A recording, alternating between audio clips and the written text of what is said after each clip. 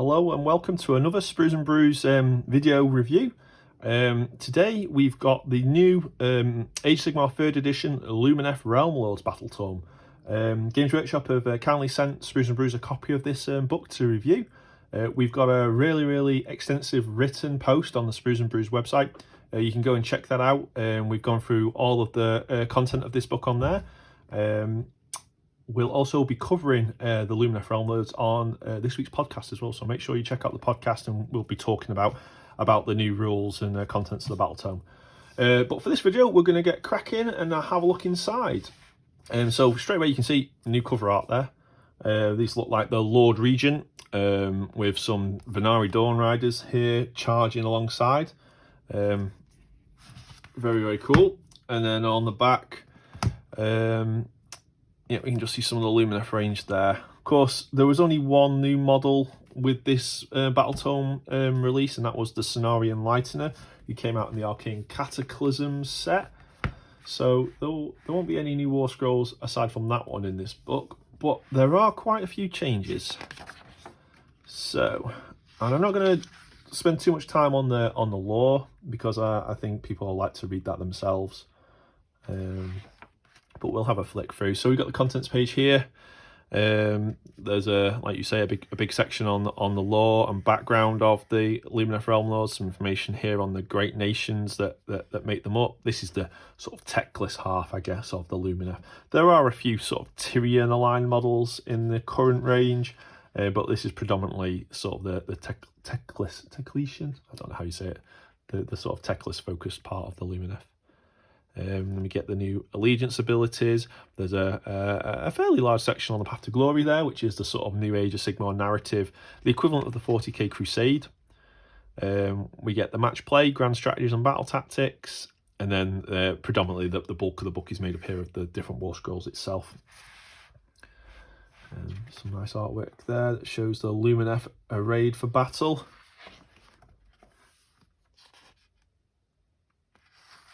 And then a lot of this artwork we've already seen in the, I think this is the 4th Lumineth Realm-lords, well, 3rd and a half Lumineth Realms. We had the 2 Battletomes, Broken Realms Techless, which was really the 2nd Battletome as well. So this is the 3rd Battletome for the Lumineth Realm-lords in not quite as many years. So a lot of this will be familiar to players already.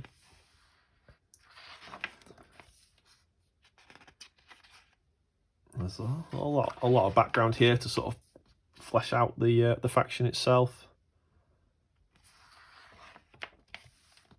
Some information. This is Southern Settlers game, was a sort of human Cities of Sigmar settlement that was introduced in the Broken Realms series. The Hishyan elves, the Lumineth elves, sort of oversee the construction and day-to-day running of that city. We get a nice map here of Metrica, which is the mountain sort of aligned region of Hish, and I think we'll see a lot of Metrica army lists in games going forward and at events and tournaments, based mainly on the buffs that sort of sub-faction of the Lumineth Realm-lords have received. There are a few more runes on here. I think there was in the last section. There was 8. I think they've added 6 more. I'll have to check my old book, but I don't remember seeing this many Lumineth runes last time. And the runes, I think, play a big part in the Path to Glory section as well, where you can sort of stamp these runes down on the battlefields after you've won a victory and claim different benefits. We get a sort of breakdown here of the different sort of the Tyrion and Teclin sort of sub-factions of the Lumineth, and then also here these sort of elemental temples. So we get rules in this book for the Hurricane and the Alarif. We're yet to see anything for the River and the Zenith. I assume they will come at some point in the future. Some background here on the different great nations. So the Metrica is the mountain sort of temple, the Alarif focused great nation. We get the Syar Iliatha, which these were like the twins and the sort of work in unison with each other faction. They used to have some good rules where they could sort of combine command abilities and bravery and things like this. There have been a few changes for Iliatha. The Zytrek were the wizard-focused great nation. Alumnia were the nation. I think they were quite closely aligned with like Tyrion, very martial, focused on the Vanari unit, and then Helen were the Hurricane great nation, so the Wind Temple. Bit of information now on Teclis. Teclis of Ulthuan. Nice to see little references to the old world. Eltharion, Alania and Elafor, and then Alaria Othrala, who is the voice of Tyrion. You can see his image there on the right. He's had some changes. He actually looks quite nice now, I think, in the new book. And then just a little bit of background here on the different units. So we've got the Vanari units there. And then we'll probably come into, yep, the Scenari units. The Enlightener there is the new Scenari unit. And then we'll also have the Elemental unit. So we'll have the Alarif and the Hurricane. There we go.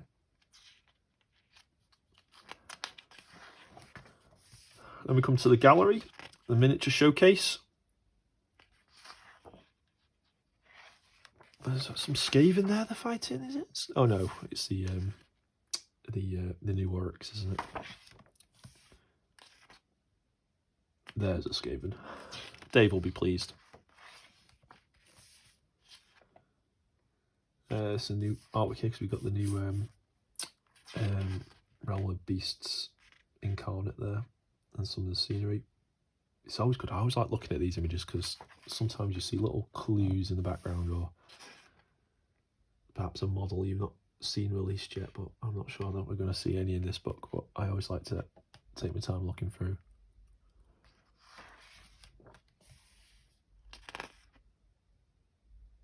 Nice. These are the wind chargers, but in the Hurricane scheme. Look quite nice with that sort of sea green, Sons of Horus green. I do like that.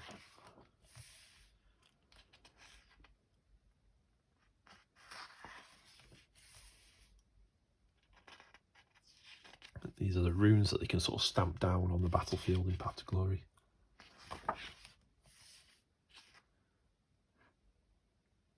Look nice in this red colour scheme as well. There's red and gold, which I assume is Alumnia.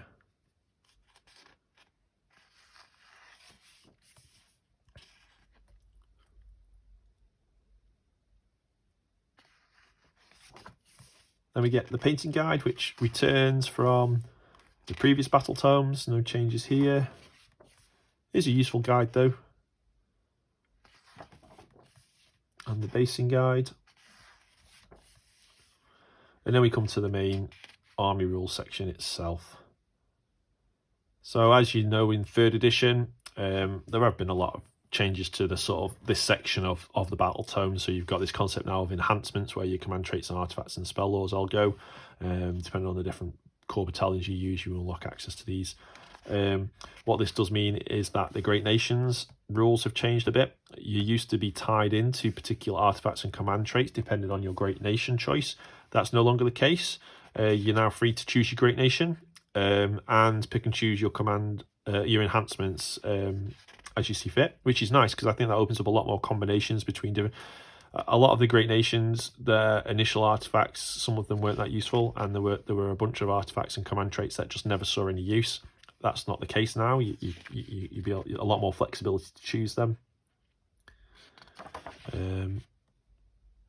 So straight away you can see here in the allegiance abilities section, it's much smaller than it previously was. So there have been some changes here. So what you'll notice straight away is things like Shining Company, the Scenari battle trait Deep Thinkers, the Alarif and Hurricane battle traits. They've all been removed from this section, and what you'll find is that they now form part of the War Scrolls themselves. On the whole, there's not been too many changes to the actual sort of sub-faction battle traits.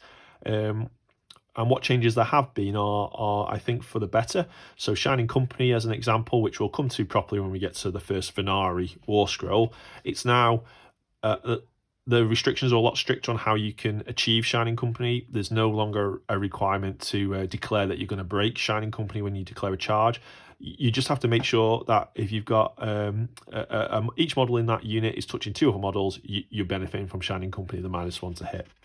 And you'll see that there have been some changes to Deep Thinkers and some slight rewording to the Enduring as Rock or as Stone, I can't remember now, the Alarif one. But they're either the same, slightly better, or just slightly different. Lightning reactions remains as it was. A really unique Lumineth battle trait.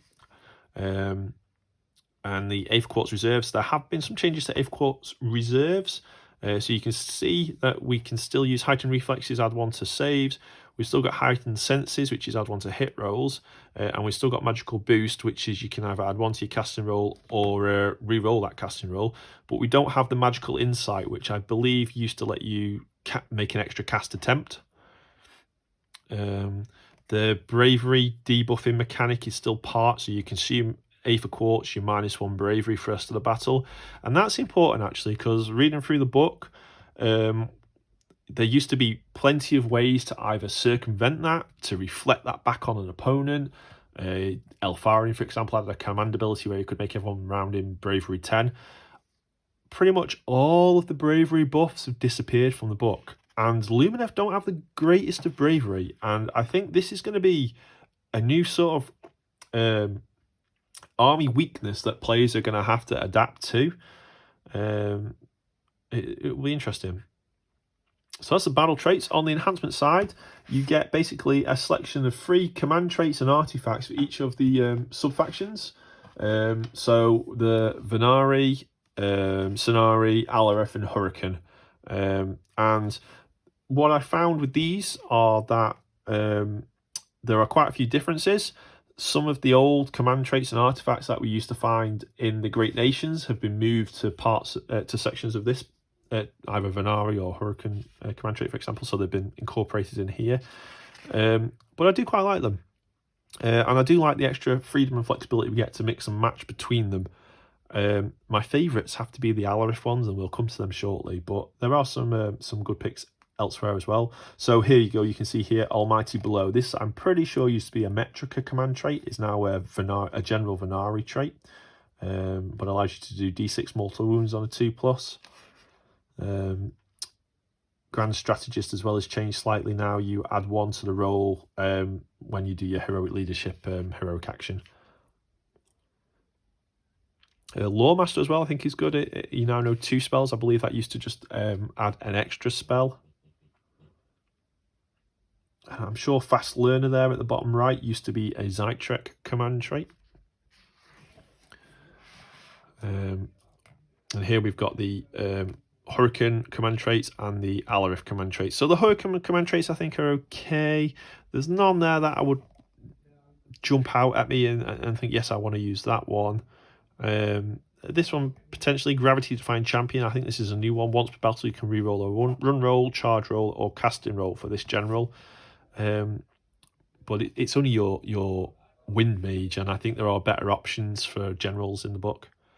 But you can see here the Lord of Stones. These are the Alarif command traits. These are brilliant. So we get 2 new ones. Tectonically Attuned and Unyielding Toughness. Enduring remains the same as it was. An extra 3 wounds for your general. Tectonically Attuned is a great sort of force multiplier for the mountain spirits in your army. Basically, you can choose a mountain spirit within 3 inches of the general and add 1 to their ranged attack. So I think by default they have a single ranged attack each. They're now getting 2 ranged attacks, and the ranged attacks have got quite good profile, good rend, good damage. So that's a nice command trait there. The fact that your Stone Mage is always going to be accompanying your Spirits of the Mountain to benefit from that Stone Mage symbiosis as well means it's going to be quite easy to get that one off. Unyielding Toughness, though, is really interesting. So basically, at the start of your hero phase, you choose a friendly Stone Guard unit within 6 inches of the general, and you add 1 to the wounds characteristic of that unit. So a unit of 10 Stone Guard now have 30 wounds until your next hero phase.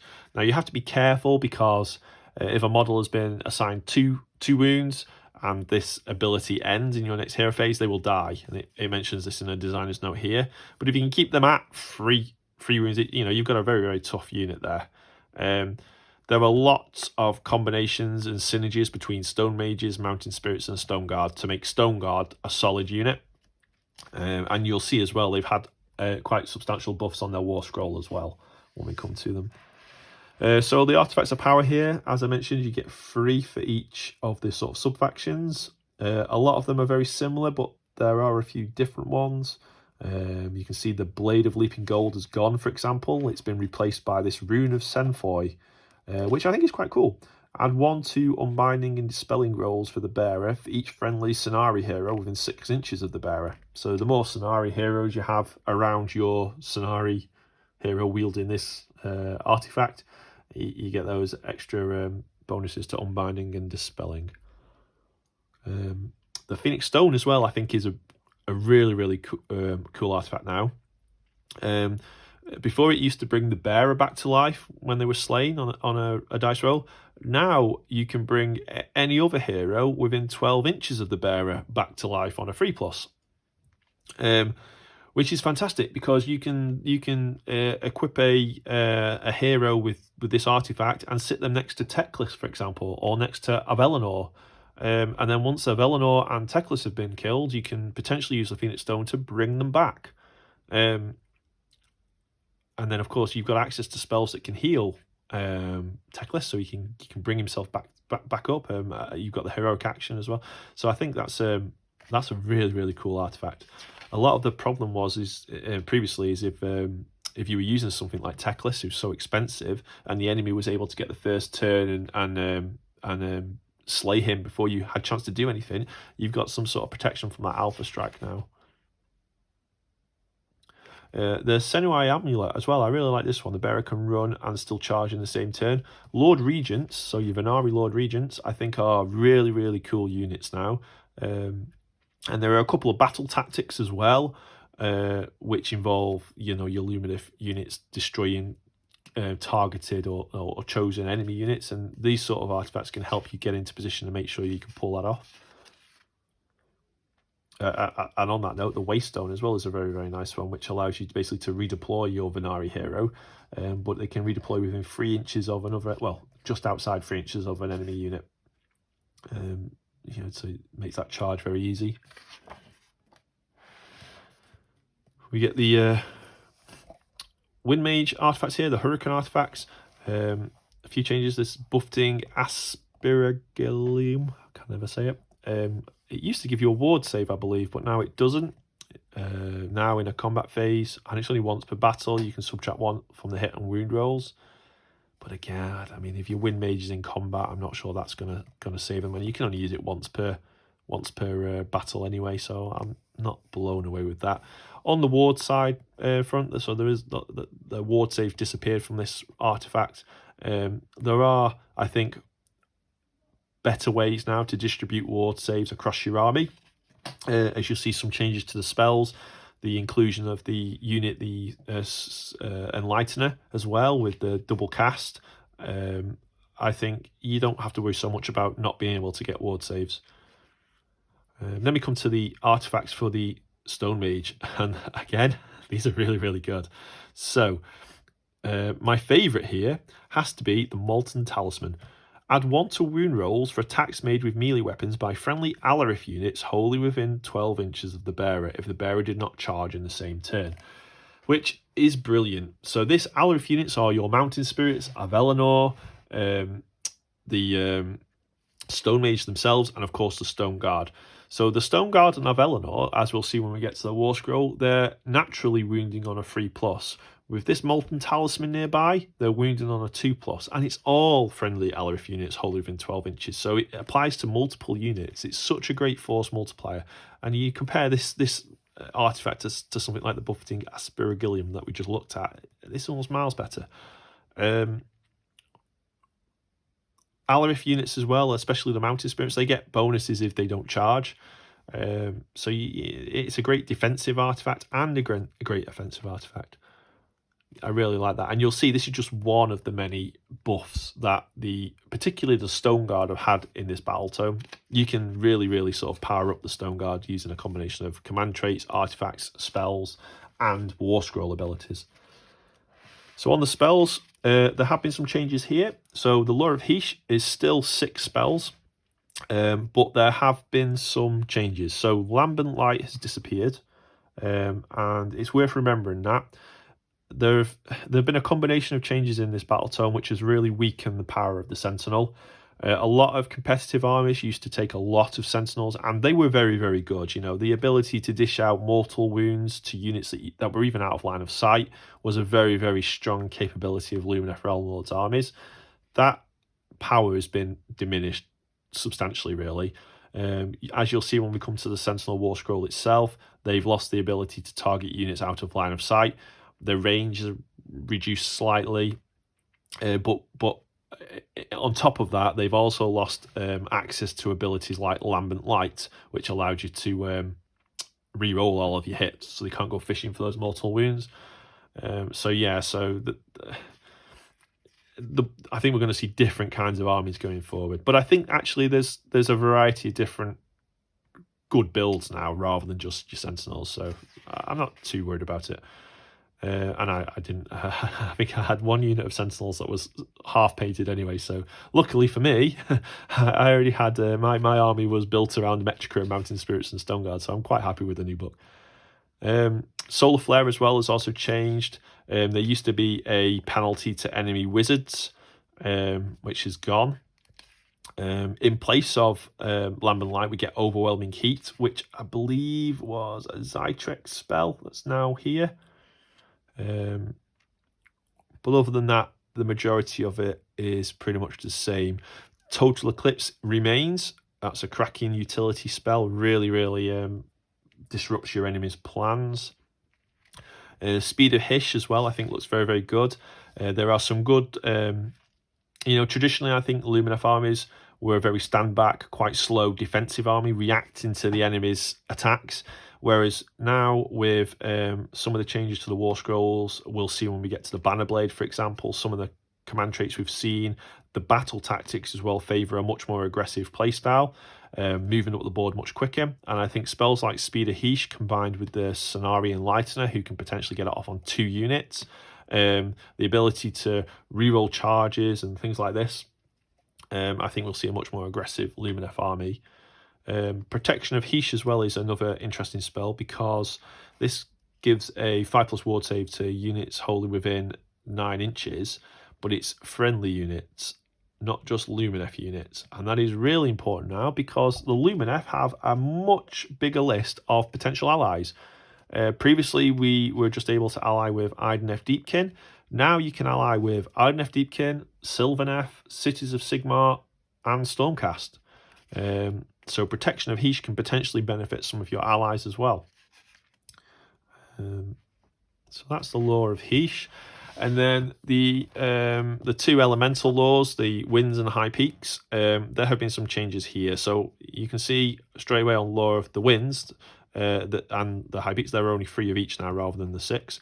And in particular on the Lore of the Winds, the interesting spells that favoured your missile units and Sentinels, was it the Guiding Flurries or something, the one that allowed you to manipulate the arrows, that's disappeared. Healing Zephyr, I think this used to be Calming Zephyr, so you still get the healing effect, but you no longer get the Bravery buff. Again, ties into what I was saying earlier, that a lot of the Bravery sort of buffing abilities have disappeared from the book, so it's something you really need to watch out for. But Transporting Vortex remains, and that's a great spell to be able to reposition your units. Lore of High Peaks, though, really, really like it. So I think Crippling Vertigo is a great spell. Returns, allows you to play around with the enemy's movement. Living Fishes seems okay. Unbreakable Stoicism, though, wow, what a spell. So this allows you to pick a friendly Stormguard unit, wholly within 12 inches and visible to the caster, and until the next hero phase, their Crushing Blow ability causes mortal wounds on an unmodified roll of 5+ rather than 6. So as you'll see, Crushing Blow, think of Crushing Blow a bit like some metal weapons for Stone Guard. The difference is that rather than replacing the damage that you would ordinarily do on a hit roll of a 6, with Crushing Blow, you do a mortal wound on top of the damage that you would normally do. So it's better than Sun Metal. And Unbreakable Stoicism is basically Power of Heesh for Alarif Stoneguard. There are plenty of ways to buff the number of attacks an Alarif Stoneguard unit gets. And as you'll see when we get to the Alarif Stoneguard unit, they've now got Reach 2. So, you know, the potential is there to do more damage than even Vanari Wardens, I think, and their Sun Metal weapons ability. So that's the enhancements. Then we come to the Great Nations themselves. The rules for the Great Nations have been stripped down, so you no longer get the command trait artifact and all that kind of stuff alongside the Great Nation. That's all baked in now to the enhancement section. Instead, each Great Nation just gets a single rule. A lot of them are the same, a few of them have changed. So Metrica, for example, is pretty much the same as it used to be. The Enduring as Rock ability that all Alarif units get is boosted to ignoring Ren -2, not just Ren -1. And you'll see that Enduring as Rock, it used to be a battle trait, it's now on the War Scrolls themselves, so quite straightforward. Your Stoneguard are battle line as well in the Metrica Great Nation. The Great Nation of Siar begin the battle with 2 Aether Quartz rather than 1. Iliatha, some changes here. So Iliatha used to have a couple of abilities. They used to be able to synchronize command abilities or more efficiently use command abilities. They used to more efficiently be able to use Aether Quartz. And they used to have, I think it was +2 Bravery. That's all changed now. Instead, what they can do is you can use, you can see that 2 of your Iliatha Vanari units can use their Aether Quartz reserves to use an Aether Quartz reserves ability in the same phase rather than 1. So you can have 2 different units using heightened senses, for example. It's a shame to see the Bravery buff go. I think Bravery is going to be a real problem for the Lumineth in 3rd edition. It'll be interesting to see how players adapt to that, because the units aren't cheap and they have very low Bravery, so it'll be interesting. Zytrek, add 1 to casting, dispelling and unbinding rolls for friendly Zytrek wizards. Very simple. Illumnia has also changed.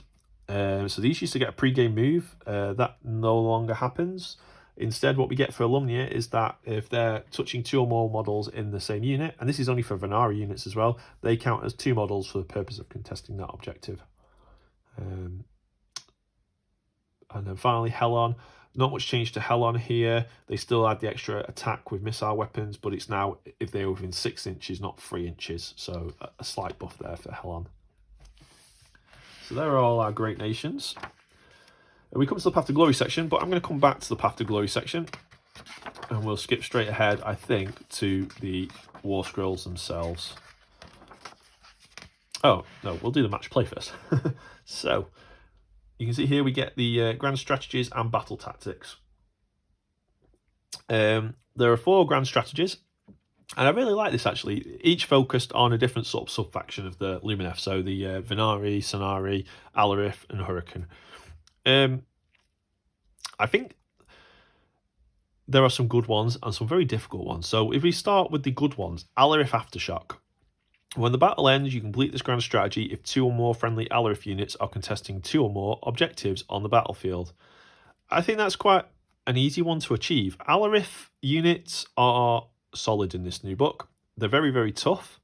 They also, as you'll see, the Stoneguard, they get bonuses to their, they get like a sort of semi-ward save whilst they're contesting an objective. They don't even need to be controlling it, just contesting it. And even for this grand strategy, they just have to be contesting, not controlling. So I think that's a really good pick, especially if you've got lots of Alarif units in your army. A Metrica army, for example, that's a really, really good one. The Hurricane Cycling one, I don't think it's too bad either. You have to make sure you've got 3 or more friendly Hurricane units within 6 inches of the same enemy unit on the battlefield. Now, the Hurricane units themselves are very, very mobile, so they've got that going for them. You've got access to teleporting spells as well. The Wind Mage has got access to some abilities which allow him to maneuver the battlefield a lot easier. So I don't think that one's too bad. The difficulty with this one, I think, is that if you don't get that last turn and you've set your Hurricane pieces up around the board to get this grand strategy, your opponent could potentially foil that in their last turn. Something to watch out for. Scenari Illumination is a good one. you have to make sure you finish the battle with a Scenari unit in each quarter of the battlefield. Now, when I first read this, I thought, oof, are you really going to be taking 4 Scenari units? I'm not sure. Are 4 Scenari units even going to finish the battle? I'm not sure if you can just put 1 Scenari unit right in the middle of your battlefield so that the base is covering the 3 quarters, whether that counts. I don't know. It seems a bit gamey. So yeah, I'm a bit undecided on that one.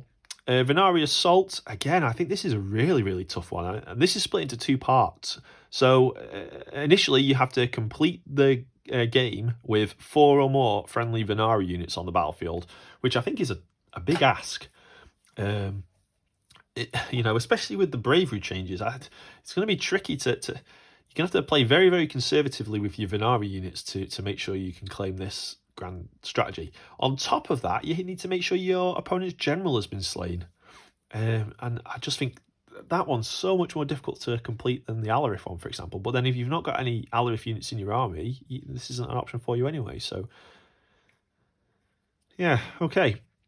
On the battle tactics side, there are 6 battle tactics. And I think actually there's enough here to give you a lot of flexibility through different turns in your game.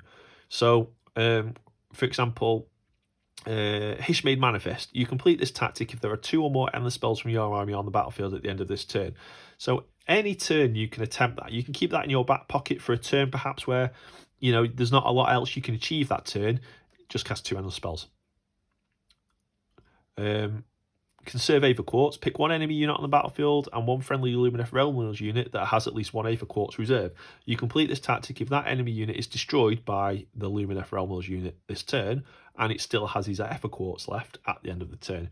So this is a good one with the Vanari Lord Regents, I think, because you want to be keeping hold of that Aether Quartz anyway to benefit from their -1 to hit effect that they get from holding on to Aether Quartz. And the Vanari Lord Regents now are very, very strong units themselves, and with some of the teleporting spells or the redeployment enhancements that you get access to, you can position your Vanari Lord Regents ready for these charges to make sure that they can complete this battle tactic. So yeah, so I think Conserve Aether Quartz is a good one.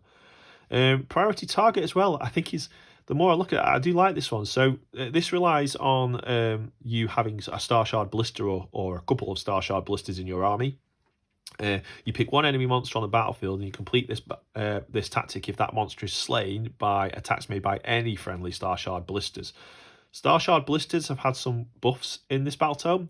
As we'll see when we get to the War Scroll, a lot of the old sort of +1 to attack and +1 to hit bonuses that they could get are now baked in on their War Scroll. And they also do extra damage, well, more reliable damage to monsters. So I think what we may see is more people take Star Shard Blisters than Aureland Sentinels, and then this option here, Priority Targets, becomes an option for you. And Blind the Enemy as well, I think is quite a good one. Complete this tactic if 4 or more spells are successfully cast with different friendly Lumineth Realm-lord units in this turn. So it'd be interesting whether how many Lumineth Realm-lord units have to cast the spell. Is it 4 individual units casting 1 spell each, or 1 unit casting 1 spell, another unit casting 3? I'm not sure quite how that one works, but the army's full of wizards, so even if it is 4 casting 1 each, I think it should be achievable. So yeah, so what I think is really good about the battle tactics here is that there's lots of sort of contingency battle tactics that you can fall back on if your the battle isn't going quite the way you wanted it to go. You know, sometimes I've found previously you're in a turn and there's just limited, you know, especially towards the end of the game, there's just limited options of battle tactics for you to choose from, and the worst position you can be in is a turn where there are just no battle tactics that you can achieve that turn. And I think here you can save some, especially this Hishmade Manifest, for example. You can just hold that back. Okay, so then we get to the War Scrolls themselves. So we've got Teclis here, who has had a bit of a points reduction, but obviously the points change throughout the course of an edition, so you know, they may go up or down in the sort of updates. But on the whole, he remains pretty much as he was. The Archmage rule has changed slightly, and it's now tied to his damage profile, the wounds table. So as he suffers wounds, he loses the ability to cast the different spells at different levels. So in the first bracket there, he can cast 1 spell that cannot be unbind, 2 spells cast at a 12, or 4 spells cast at a 10. But then as he takes wounds, so he gets down to just 13 wounds remaining, he can only cast the 4 spells at 10, which I think is quite cool. Some of the other abilities he's got are worth looking at again in light of the fact that now Lumineth have access to more allies. So, for example, the Protection of Techless spell only grants a ward save to friendly Lumineth Realm-lords units, unlike the Protection of Hysh spell. But the Seeing Stone of Selenar is an aura that affects every friendly unit in your army. With the same effect, it's able to basically bounce multiple wounds back at your opponent. So yeah, so I like Techless, and I think Techless actually has, I mean, in my army, I use Techless with Avelenor and 15 Stone Guard, and primarily for this Protection of Techless aura that he projects around, and the access to the entire spell laws. So I think he does have a place in lots of armies. Interesting on here, it doesn't actually mention how many of the spells from the different spell laws he knows, but I'm assuming that it'll be FAQ to work as it used to do, where he just knew every spell. So that's Techless. The Light of Eltharion. So there's a mixture on the Light of Eltharion. On the one hand, the damage potential of Eltharion has gone way up. So you can see straight away on his profile here, he's doing a flat 3 damage with each of his attacks. A lot of the old abilities he used to have have remained the same. So he's got the sort of Spirit Armor, Ethereal Armor. He's got the Supreme Swordmaster, so he ignores the negative hit modifiers when he's attacking. But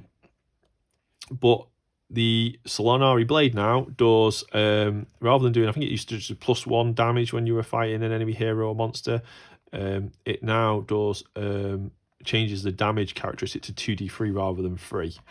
So you're potentially doing 6 damage with each of those attacks, which is really, really cool. He gets an extra wound, but what you can see is he's lost his Bravery command ability, where he used to be able to make everyone within 24 inches, I think Bravery 10, that's disappeared. And I also use Eltharion in my army, mainly for that ability, and it's disappeared now. But overall, I think I still will be including Eltharion. I think he's just a solid, Ren-free, damage-free on his Fang Sword Eltharion. Really, really powerful unit. We got Lario Othrala, the voice of Tyrion. So he has the Metrica keyword, but not the Alarif keyword, unfortunately. Not too many changes to this War Scroll. I think there's been a change to the Demon Bane here, so that it still affects Chaos and Demon units with 3 damage. But the Sun Metal Weapons rule has changed, and the Voice of Tyrion rule has changed. So Sun Metal Weapons now, and this is the same for the Lord Regent as well. Rather than doing a mortal wound on a 6+ to hit, it does 2 mortal wounds on a 6+ to hit. And you can see from his profile that he gets a lot of attacks. What's that? 9, 11 attacks. And if you can cast Greater Power of Hysh, they're proccing on a 5+. So a 5+ to hit with 11 attacks does 2 mortal wounds. Yep, I really like that. His Voice of Tyrion ability as well allows him to issue a command ability to a friendly Metrica unit without spending a command point, which is very useful as well. Like I say, the Vanari Lord Regent, very similar to how it used to be, but a change to the Sun Metal Weapons rule there. He also does 2 mortal wounds instead of 1 when it procs. The Vanari Bannerblade, I really like the changes to the Vanari Bannerblade. The main change here is the World Banner itself, which allows you to reroll charge rolls for friendly Lumineth Realm-lords units within 18 inches of any friendly Bannerblades, wholly within 18 inches.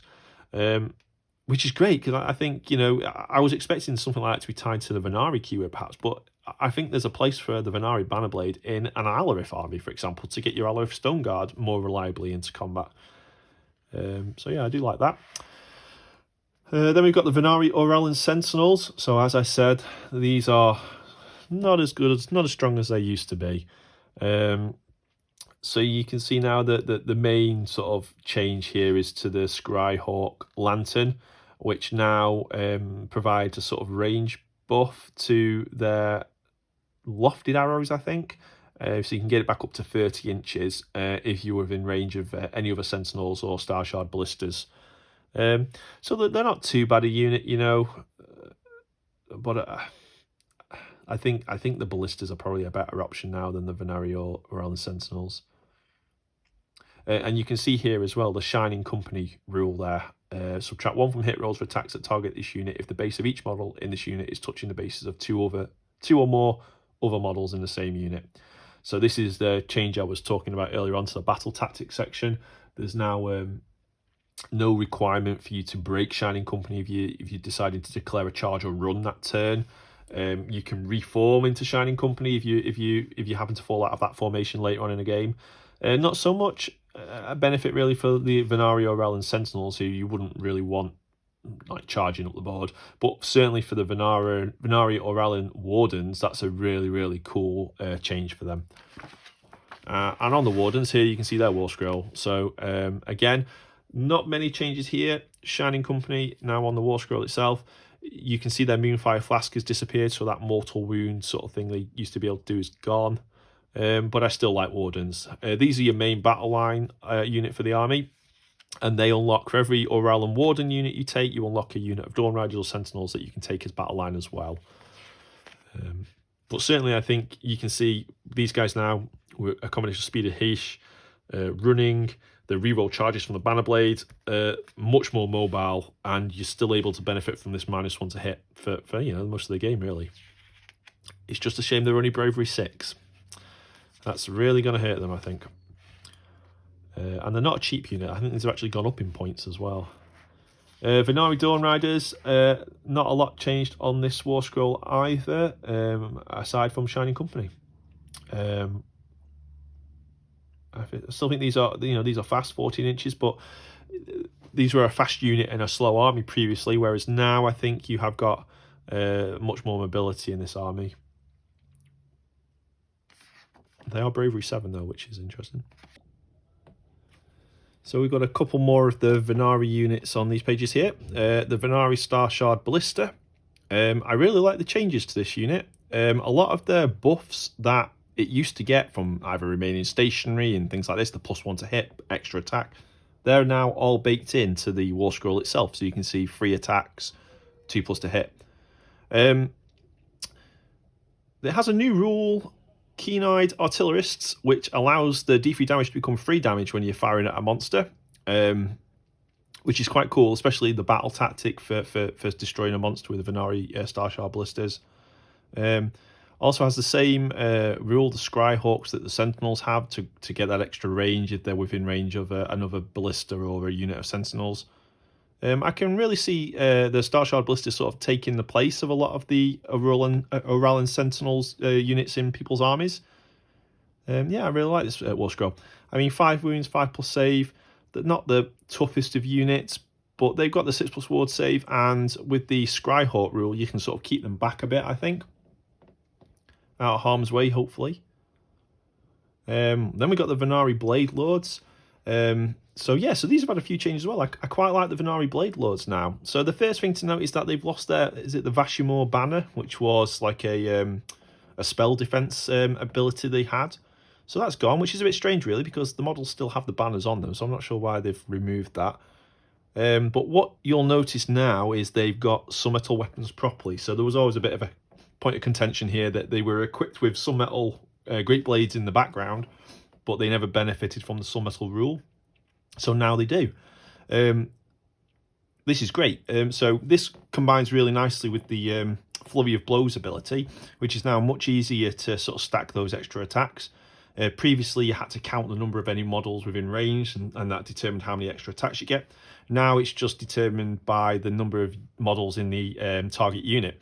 So 10 or more models, they're getting 2 extra attacks each, and then they're proccing their mortal wounds on 6s to hit. You'll notice that they've got no Power of Heish spell on the War Scroll. They're not wizards themselves, so they can't buff that on their own. But you can combo them with a Lord Regent to get the greater Power of Heish off, and then you're proccing those mortal wounds on a 5+. Their Perfect Strike ability as well, that's changed slightly now. They just get a single attack with that.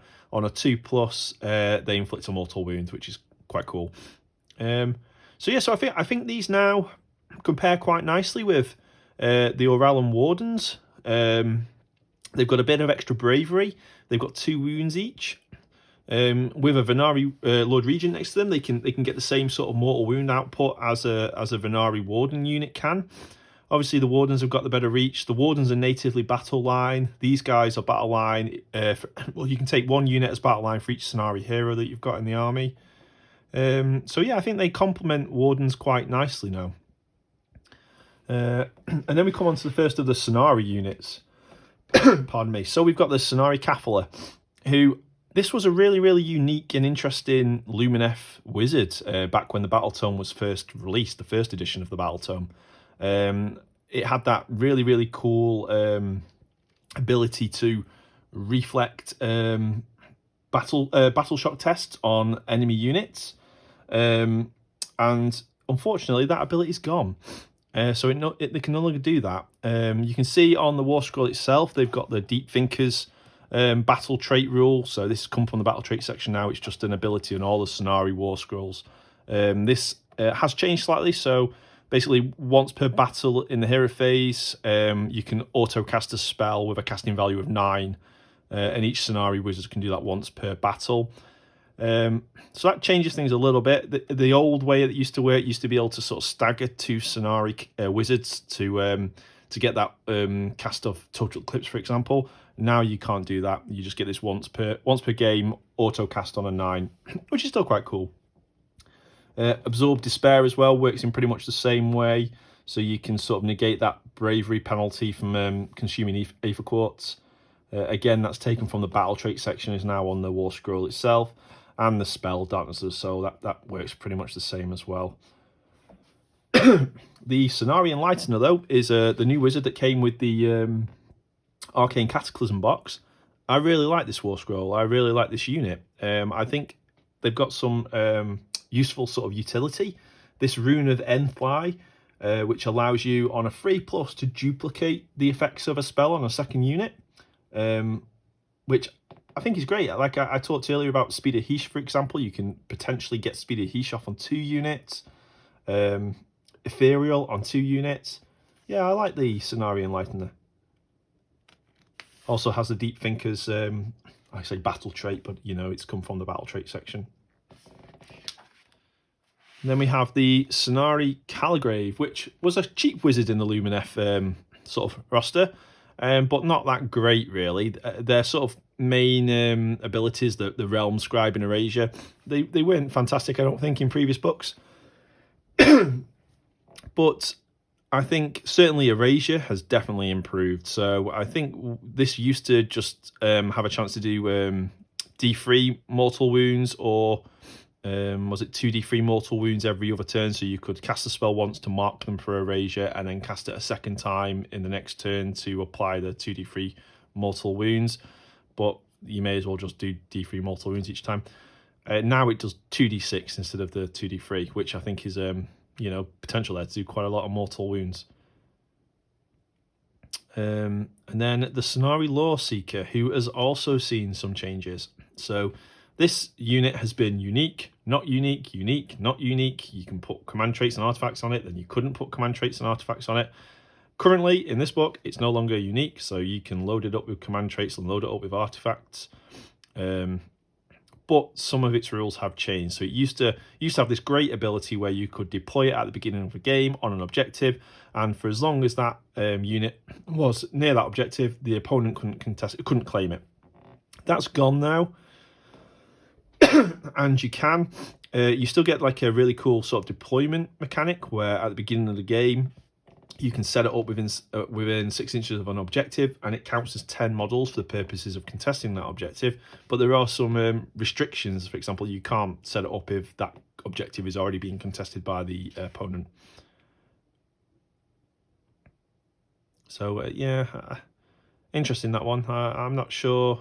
That was mainly one of the only reasons I think you took it, to sort of really mess around with the opponent's objective game. It's not quite as easy to sort of, pull that off anymore. Certainly now the unit only counts as 10 models, but we've got things like giants and whatnot now, counting as 30 odd models. So, but there we are anyway. Then we have the first of the Alarif units. So the Alarif Spirit of the Mountain. So all of the Alarif units have received quite substantial buffs, I think. You can see straight away 14 wounds now on the Alarif Spirit of the Mountain, which is great. The Faith of the Mountain rule has also been changed slightly now. So I think for the standard sort of Mountain Spirit, it used to be able to just affect one Alarif Elf unit. Now this generic Mountain Spirit can affect D3 Alarif Elf units and grant them those extra attacks. You can see that Enduring as Rock has moved from the battle trait section to the War Scroll itself with pretty much the same effect. It reduces the rend of an attack by 1 if it was -1. They still have the Stone Mage Symbiosis ability, which is great, and when we get to the Hurricane units later on, you'll see there's a bit of a change there. The Hurricane units don't get their Wind Mage Symbiosis anymore, which was a bit strange. But yeah, I really like the Alarif Spirit of the Mountain. It also has a totem keyword. And then we have the Alarif Stone Mage. Again, I think this is mostly the same as it was. The Enduring of Rock has been added here. I think the damage may have changed. I think that used to be a D3 damage perhaps. But really, the Alarif Stone Mage I think is going to be a really useful unit to include, certainly in Metrica lists and lists that include Stone Guard. The command traits and enhancements that you can put on the Stone Mage to buff the Alarif Stone Guard. Really, really cool. And then we get to the Alarif Stone Guard themselves. So, yeah, quite a few changes here. The first one is that the weapon options, the Stone Mallets and Diamond Hammer picks, have been combined into a single profile. Rend -1, damage 1. They get this Crushing Blow ability, which is like a Sun Metal Weapons ability for the Alarif units. On a hit roll of 6, you do 1 mortal wound in addition to the damage. So in effect, that's combining the two. That's combining the two weapon profiles from the previous book, which is nice. What's really cool is that you can buff that to a 5+ using the I think it was the spell from the Alarif Stone Mage, the Lure of the High Peaks. So these guys are putting out just as many mortal wounds as a Vanari unit, really. You can see as well now they've got 2-inch range on their hammers. Also very, very cool. They get this Enduring as Rock again, same effect as it used to be. But they get a new ability, Fortitude of Earth, which gives them a 4+ ward save against mortal wounds while they're contesting an objective that you control. So if you can get them on an objective, controlling that objective, they're then getting this 4+ ward save against mortal wounds. They're also Bravery 7, so above average bravery for the rest of the sort of Lumineth range. 2 wounds each. You can buff that to 3 wounds each.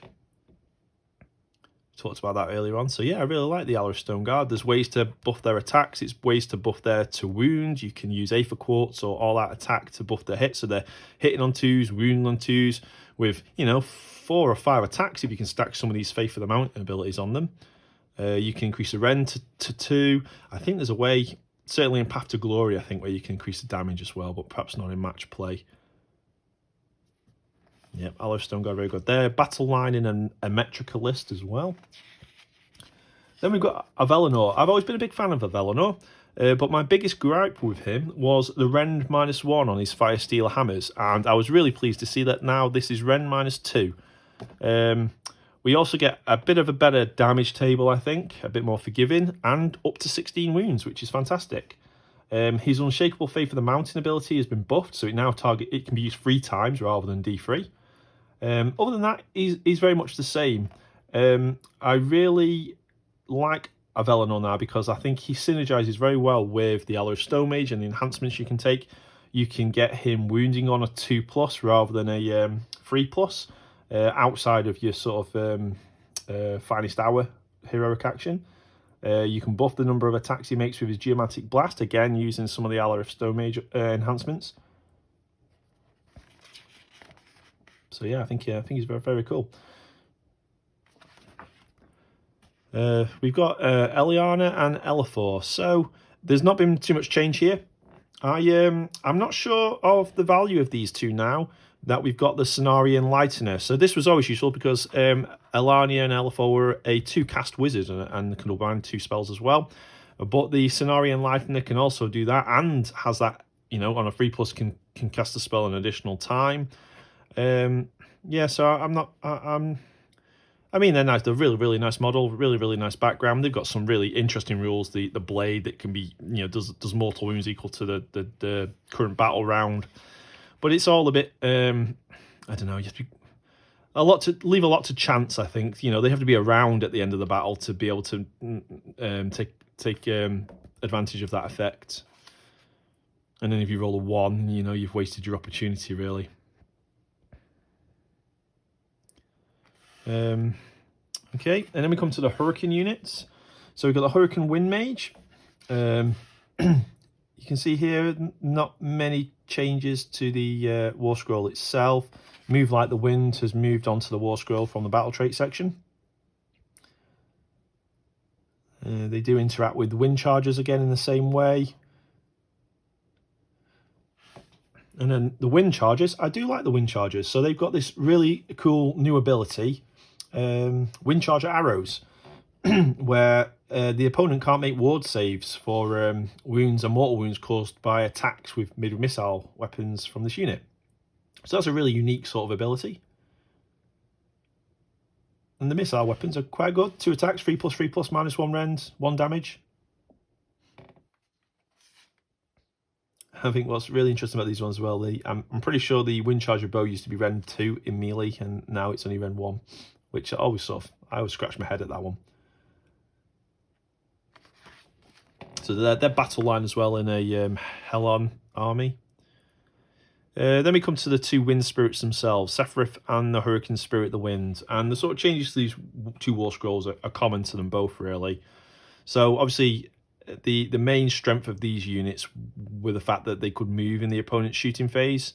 That's no longer the case, so they can only move in your shooting phase.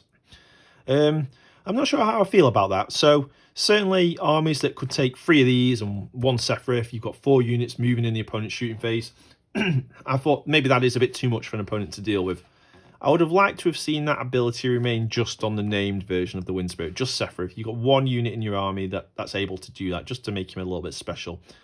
I can understand why they've taken it out, though. It does sort of break the sort of core mechanics of the game a little bit.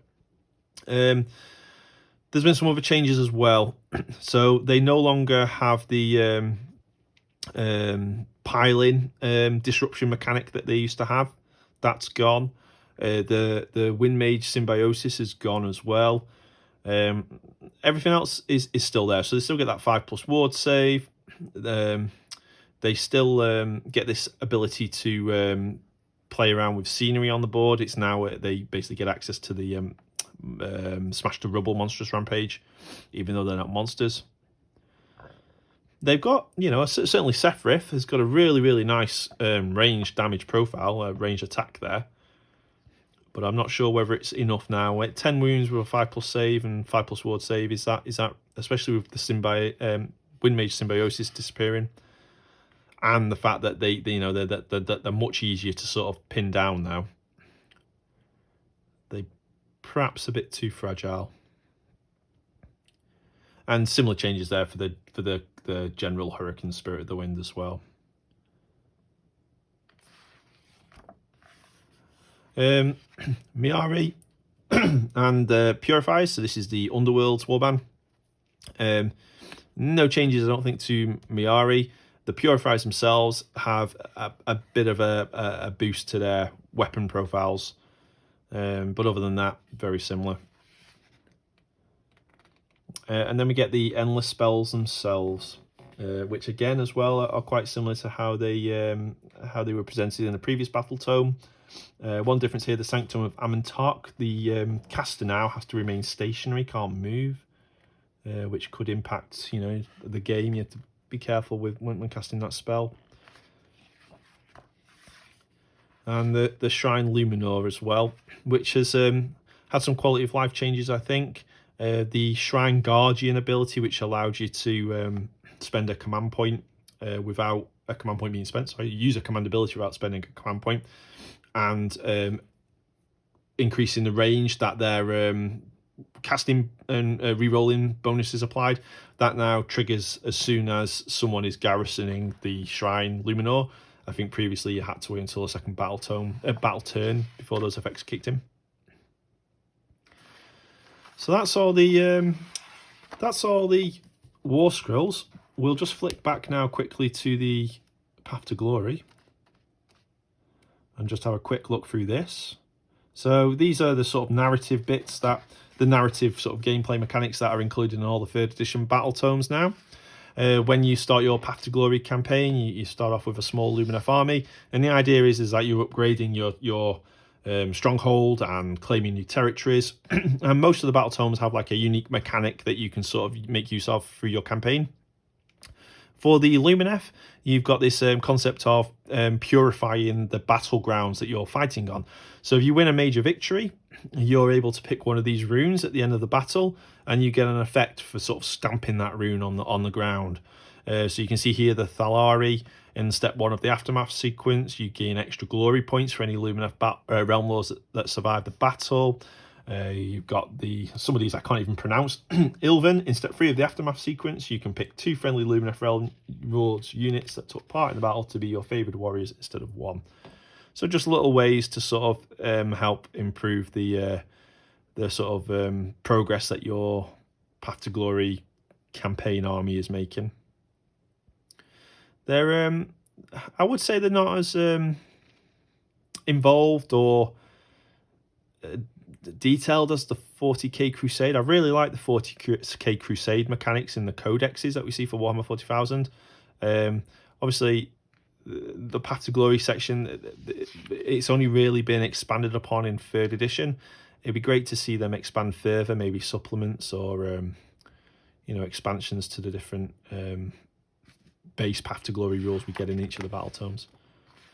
On top of that, you get some unique quests that you can embark upon. So there's 4 there. Again, most of them are focused on sort of improving either your strongholds or the territories and the benefits you're getting from the territories. Although, having said that, I had missed this one actually, which if you can complete this quest in your next game, each of your Lumineth Realm-lords units starts with 2 overquarters instead of 1. So it's not just about upgrading your territories, like this one's a territory 1. And this one allows you to pick extra runes at the end of a battle. Some nice veteran abilities there.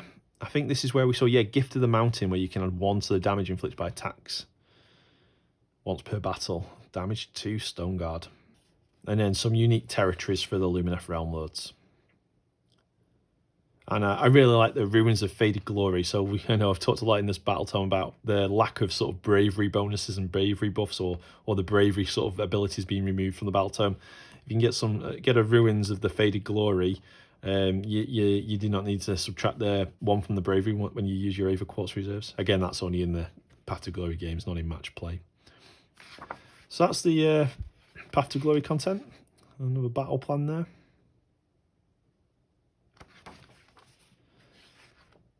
And then it'd be great to actually use an army that makes use of all these War Scroll battalions.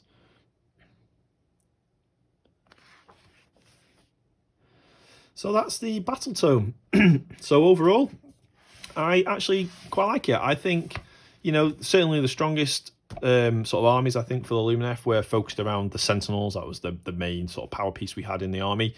They're much diminished now. Them in the Wind Spirits. Which means players, I think, are going to have to start experimenting with different army builds. And I think there are a couple of viable army builds in the book. Certainly, what immediately jumps out is the strength of the Alarif units, the Mountain Spirits, the Stone Guard, certainly, and the Stone Mages. I think Metricalists built around that core Stone Guard battle line will be very, very strong.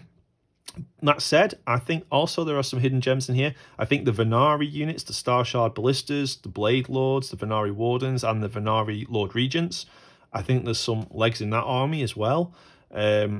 Certainly sprinkled with a few Scenari Enlighteners throughout that list, so you can sort of double up on those key spells like Ethereal and Speed of Hish.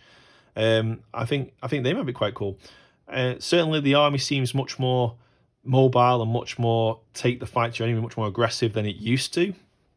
I know certainly the changes to Shining Company really helped that, I think. The fact that you can now run and maintain Shining Company, you can charge and maintain Shining Company, whereas previously you'd be looking to sort of slowly position the Wardens on objectives or move them up the battle slowly without sacrificing that Shining Company bonus, and then, you know, not declaring charges really with them to keep hold of that bonus. That's all changed now. It's all been mixed up with the changes to Shining Company. So yeah, so that's our Lumineth Realm-lords Battletome review. We've got an extensive article on the Sprues and Brews website, so you can check out a full written review if you'd prefer. We'll also be covering this Battletome on this week's podcast, so we'll be talking about that with the guys on there. So yeah, so thanks again to Games Workshop for sending Sprues and Brews a copy of the Battletome to review. I hope you've enjoyed the video, and we'll catch you next time.